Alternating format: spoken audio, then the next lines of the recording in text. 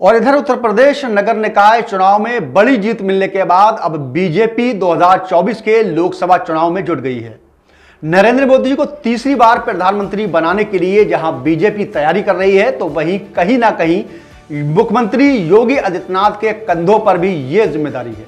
निकाय चुनाव में जिस तरह से मुख्यमंत्री ने धुआंधार प्रचार किया, उसका फायदा बीजेपी को जबरदस्त मिला है।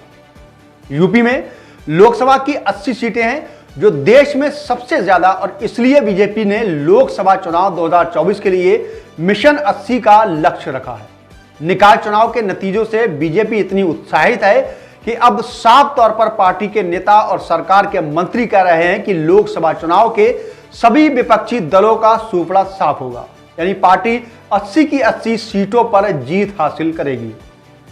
इसके लिए बीजेपी संगठन अपनी तैयारियों में जुट गया है। तो वहीं नरेंद्र मोदी को तीसरी बार कुर्सी दिलाने में सबसे बड़ी भूमिका यूपी में है। अगर किसी को होने जा रही है भाई, तो वह सीएम योगी की होगी।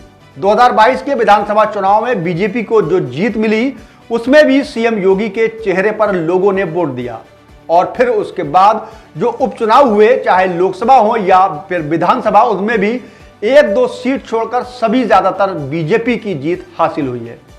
यूपी की जनता ने कहीं ना कहीं सीएम योगी और उनकी सरकार के कामकाज, कानून व्यवस्था के मुद्दे पर वोट किया।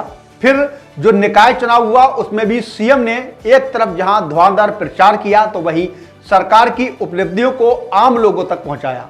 इसी का असर यह रहा कि बीजेपी 17 नगर निगमों में जीतने में कामयाबी हासिल कर चुकी है। दरअसल बीजेपी ने 2024 के लोकसभा चुनाव की तैयारी शुरू कर दी है।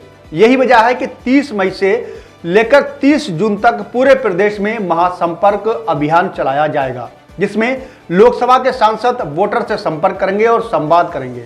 मोदी सरकार के 9 साल की जो उपलब्धियां हैं, वह लोगों को बताएंगे। बीजेपी का खास फोकस उस लाभार्थी वोट बैंक पर होगा जिसमें तमाम योजनाओं का फायदा मिल रहा है। वहीं पीएम मोदी अगर प्रदेश की 3 बड़ी रैली भी कर सकते हैं। इसके अलावा पार्टी के राष्ट्रीय अध्यक्ष जेपी नड्डा, केंद्रीय गृह मंत्री अमित शाह, केंद्रीय रक्षा मंत्री राजनाथ सिंह और केंद्रीय परिवहन मंत्री नितिन गडकरी भी अलग अलग लोकसभा सीटों पर रैली कर सकते हैं।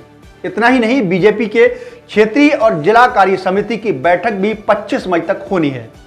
उप मुख्यमंत्री केशव प्रसाद मौर्य साफ तौर पर कह रहे हैं कि जब तक प्रधानमंत्री नरेंद्र मोदी को तीसरी बार बीजेपी के कार्यकर्ता सीएम की यानी पीएम की कुर्सी पर नहीं बैठाते,